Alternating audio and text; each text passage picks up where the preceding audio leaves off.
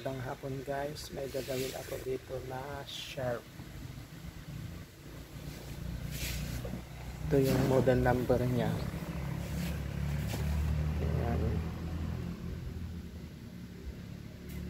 LC40 SE 5100M.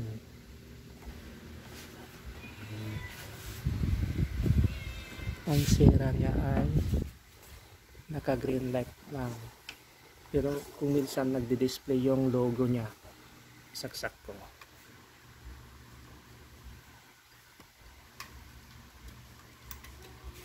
Yan, umilaw na yung green light,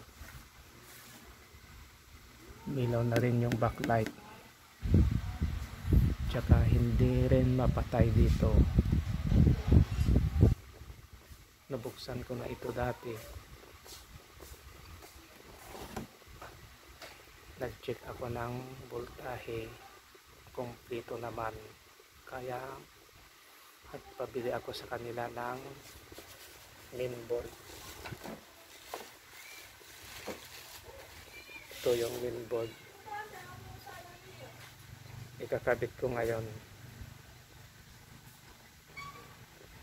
Okay guys, buksan ko muna, tayo kabit ko. Ito guys, nabuksan ko na. Ito yung loob niya, power supply, mainboard, tsaka yung top board niya.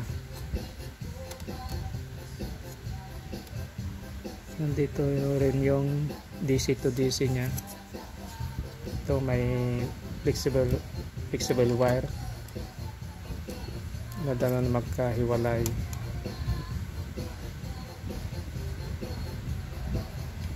Ito yung mainboard niya, papalitan ko. Ito yung bago.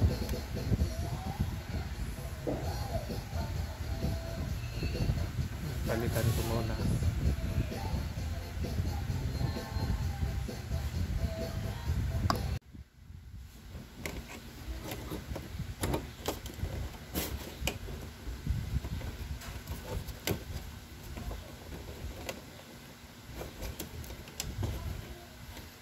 Wala na yung isang lock niya dito.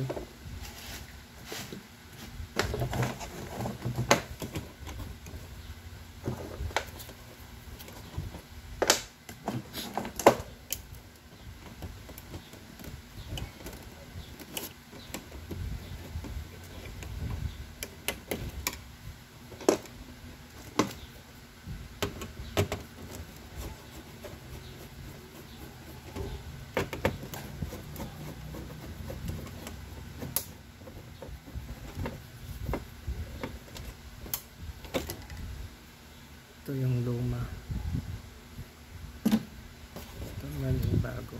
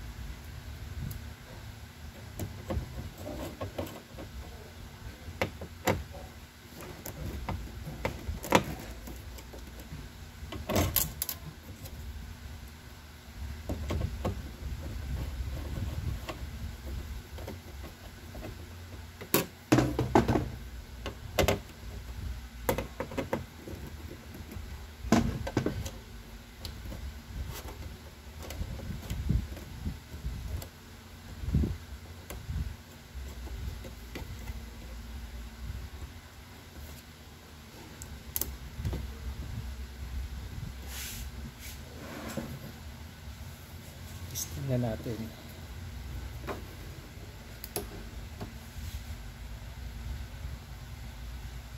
Yan. Red light na, hindi na green light. Power switch on natin. Yan. Bilang na yung backlight.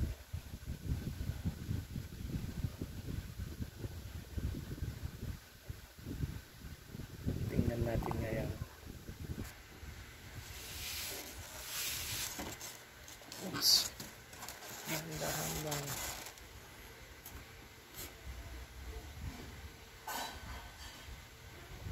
Nagbi-blink.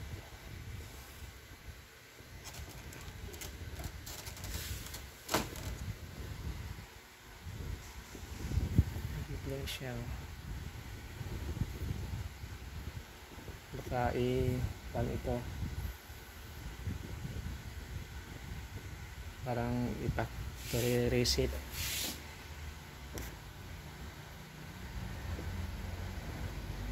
Check ko muna guys.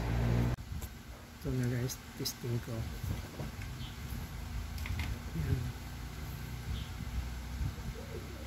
Umilaw na. Pindutin ko yung power button dito sa likod. Itong shop na ito pala, isang pindutan sa likod. Power button lang. Yan, nag-display na yung logo. Tapos nawala. Pero naka-green lang. Yan, bumalik sa red light. Yan, nagbi-blink na. Gagawin natin dito i-hard reset. Hindi factory reset pala. Hard reset natin. Tanggalin ko muna sa saksakan. Ang gagawin natin dito, ilong press natin yung power button sa likod. Dito sa likod ng TV. Tapos, i-plug in natin tong TV. Hintayin natin mag-flashing itong red tsaka green. Pag umilaw na ito, i-release mo yung power button sa likod. Bitawan mo. Tapos, pindutin mo ulit ng 3 beses yung power button. Yung pang-apat, ilong press mo na. Hintayin mong mag-display yung factory setting dito sa screen nya. Subukan natin ngayon. Ilong press ko sa likod.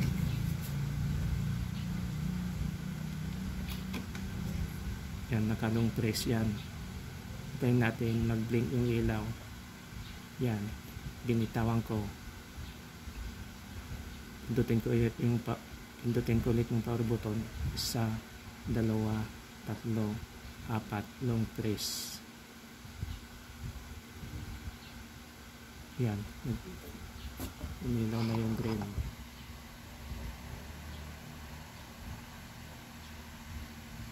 Yan, mag-display na. Hintayin natin lumabas yung yan.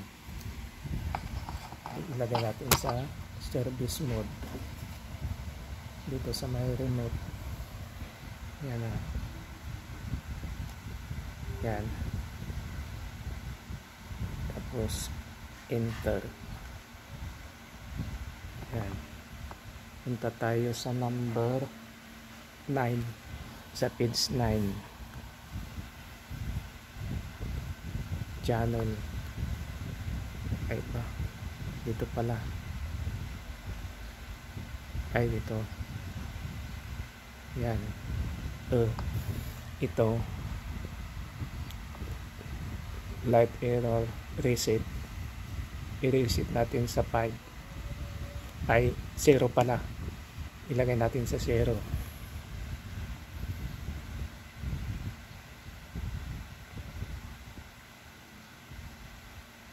Yan. Tapos enter. Yan. Tapos punta tayo sa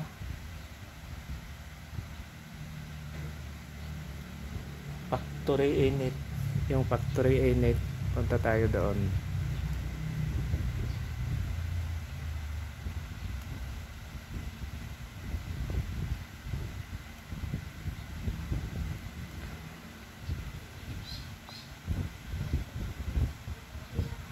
Yeah, factory init.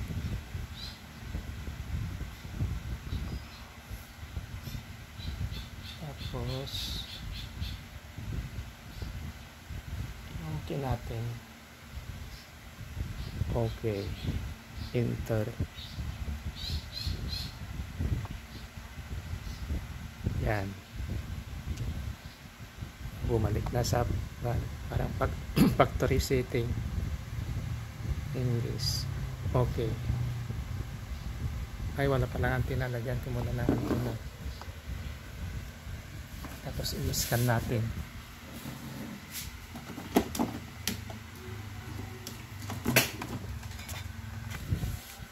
Nga, nailagay ko na yung antenna. I-scan na natin.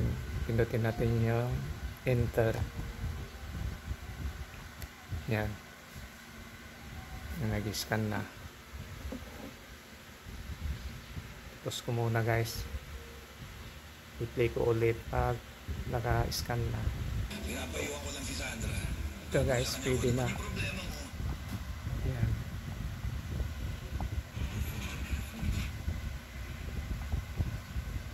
May na lang ang antenna ko kasi ito lang telescopic lang.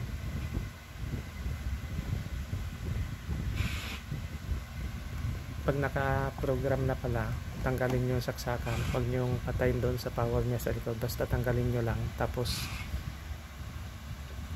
bilang kayo ng 5 seconds. Tapos sasaksak nyo ulit para ma-save yung hard reset ninyo. Okay guys, kung nagustuhan mo ang aking video, paki-like and share na lang. At huwag mong kalimutang pindutin yung subscribe button.